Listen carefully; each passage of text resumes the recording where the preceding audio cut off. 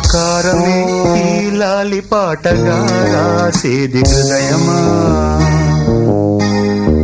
ఉమాదేవిగా శివుని అర్ధభాగమైనాలోన నిలువుమా.